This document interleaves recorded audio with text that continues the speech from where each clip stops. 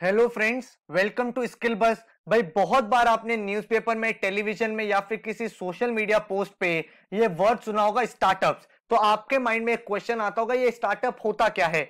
फिर कभी ना कभी आपने देखा होगा इस कंपनी ने फंडिंग रेज कर ली, उस कंपनी ने फंडिंग रेज कर ली, तो आपको समझ नहीं आता होगा ये फंडिंग का क्या कॉन्सेप्ट होता है, वैल्यूएशन स्टार्टअप्स की कैसे कैलकुलेट होती है एंड अदर इंपॉर्टेंट थिंग्स। तो इस वीडियो में मैं आपको पूरा का पूरा कॉन्सेप्ट समझाने वाला हूं एंड साथ में आपको बताने वाला हूं कि इंडिया के टॉप 10 स्टार्टअप्स कौन से, मोस्ट वैल्यूएबल स्टार्टअप्स जो इस समय प्रेजेंट है। So my name is Saurabh Kothari, let's start. तो सबसे पहले भाई चैनल को सब्सक्राइब कर लेना एंड बेल आइकन को प्रेस कर देना ताकि ऐसे जितने भी इंपॉर्टेंट इंफॉर्मेशन है, वीडियोस हैं, उसके नोटिफिकेशन आपको मिलते रहे। नीचे डिस्क्रिप्शन में मैंने इंस्टाग्राम चैनल का लिंक दिया हुआ है, तो इसको जाकर फॉलो कर लेना सो दैट आपको डेली लेवल पे अच्छा कंटेंट मिलता रहे। अब हम बात करते हैं स्टार्टअप होता क्या है। देखो, जब भी कोई लोग कंपनी स्टार्ट करते हैं, तो जब नई नई कंपनी होती है जिसमें बहुत ज्यादा एम्प्लॉयज नहीं होते, बहुत ज्यादा ग्रोथ नहीं है, एक नया आइडिया है, तो उसको हम बोलते हैं स्टार्टअप किया है। फिर धीरे धीरे जैसे जैसे वो मार्केट में परफॉर्म करता है, उसके कस्टमर्स बनते हैं, उसका प्रोडक्ट टेस्ट होता है,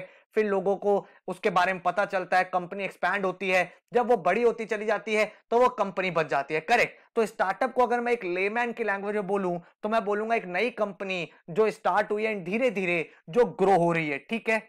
अब जो फुल फ्लेजेड कंपनी होती है, जैसे मान लो कोई फुल फ्लेजेड कंपनी है, आप बात करो टाटा की, आप बात करो रिलायंस की, गूगल की, अमेजॉन की, ये फुल फ्लेजेड कंपनी है। फुल फ्लेजेड कंपनी का मतलब हो गया कि इनके जो शेयर्स हैं वो लिस्टेड है। कहां पे लिस्टेड है? स्टॉक एक्सचेंज में लिस्टेड। आप देखो रिलायंस का शेयर होता है, बड़ी बड़ी कंपनी के शेयर लिस्टेड होते हैं, तो मतलब अब उनका आईपीओ आ चुका है, पब्लिक इसमें ट्रेडिंग करती है, उसके शेयर खरीदती है, तो काफी सारे इसके अंदर लोग एसोसिएट हो गए हैं। लेकिन जब मैं एक स्टार्टअप की बात करता हूं तो वो भाई आईपीओ तो लेकर आई नहीं है, अभी उनके बारे में तो इतना लोगों को पता ही नहीं है। तो अगर वो अपना शेयर ले भी आएगी तो उससे क्या होगा? लोग उसके शेयर में इन्वेस्टमेंट ही नहीं करेंगे। तो ये जो स्टार्टअप होते हैं, इनको सरवाइव करने के लिए, ग्रो करने के लिए पैसों की जरूरत होती है। वो पैसा कहां से आता है? वो पैसा आता है फंडिंग से।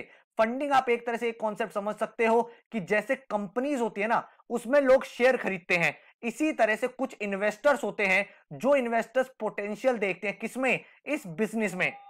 उन्हें लगता है कि ये आइडिया बहुत अच्छा आइडिया है, लॉन्ग रन में ग्रो कर सकता है, तो ये इन्वेस्टर्स क्या करते हैं? इस स्टार्टअप के शेयर्स ले लेते हैं।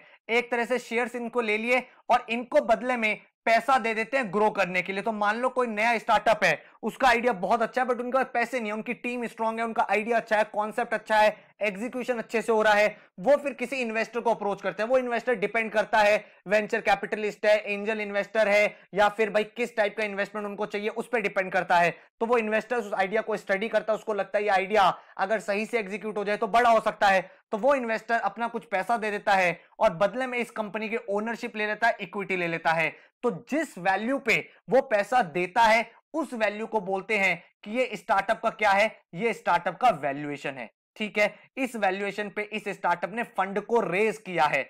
अब क्या होता है इसके बाद? इसके बाद जब स्टार्टअप थोड़ा ग्रो करता है, उसको और पैसे चाहिए, तो वो नेक्स्ट इन्वेस्टर से पैसे लेता है या एग्जिस्टिंग से भी पैसे ले सकता है। अब क्योंकि कंपनी ने थोड़ा ग्रो कर लिया है, उसका बिजनेस अच्छा हो गया है, तो उसकी वैल्यूएशन इंक्रीज हो जाती है। वैल्यूएशन इंक्रीज हो जाती है मतलब अब कंपनी कम शेयर देती है और ज्यादा पैसे लेती है, क्योंकि उनका काम दिख रहा है, उनका बिजनेस दिख रहा है, उनका मॉडल टेस्ट हो चुका है। फिर वो नेक्स्ट राउंड ऑफ फंडिंग लेते हैं, नेक्स्ट राउंड ऑफ फंडिंग लेते हैं, और तब तक वो फंडिंग रेज करते हैं, तब तक उन्हें लगता है कि भाई अब हमें फंडिंग की नीड नहीं है। उसके बाद जब कंपनी बहुत बड़ी हो जाती है तो वो अपने आप को लिस्ट कर देती है। कहां पे? शेयर मार्केट में। अब क्वेश्चन ये निकल के आता है, क्या वैल्यूएशन हमेशा इंक्रीज ही होती है? ऐसा जरूरी नहीं है। हो सकता है कोई आइडिया ऐसा हो जो स्टार्टिंग में तो बहुत ही लुक्रेटिव हो, अच्छे से बड़ा भी हुआ हो, एग्जीक्यूट भी हुआ हो, लेकिन कुछ ऐसे मार्केट के सर्कमस्टेंसेस बन गए जिसकी वजह से अब उसका प्रॉफिट बिल्कुल कम होने लग गया है, या उसके ऑपरेटिंग प्रॉफिट कम हो गए हैं एंड बिजनेस में ग्रोथ नहीं हो रही, तो वैल्यूएशन इंक्रीज होने की जगह डिक्रीज होने लगती है। क्यों? क्योंकि जो प्राइवेट इन्वेस्टर्स हैं उनको दिखता नहीं है कि ये बिजनेस ग्रो करेगा, तो वो ज्यादा पैसा नहीं देना चाहते, जिस वजह से कंपनी को कम वैल्यूएशन पे पैसा रेज करना पड़ता है। एंड इसका एग्जांपल है एक बहुत बड़ी कंपनी जिसका नाम है WeWork. Recently WeWork का वैल्यूएशन बहुत ज्यादा हाई गया था, काफी सारे इन्वेस्टर्स ने पैसा भी लगाया था ये सोच के कि ये कंपनी बहुत ज्यादा ग्रो करेगी, बट ऐसा हुआ नहीं था एंड कंपनी का वैल्यूएशन बहुत ज्यादा डिक्रीज हो गया था। तो वैल्यूएशन इंक्रीज भी हो सकता है, डिक्रीज भी हो सकता है, depending on the performance of the company. अब आपको सारी की सारी चीजें समझ में आ गई हैं।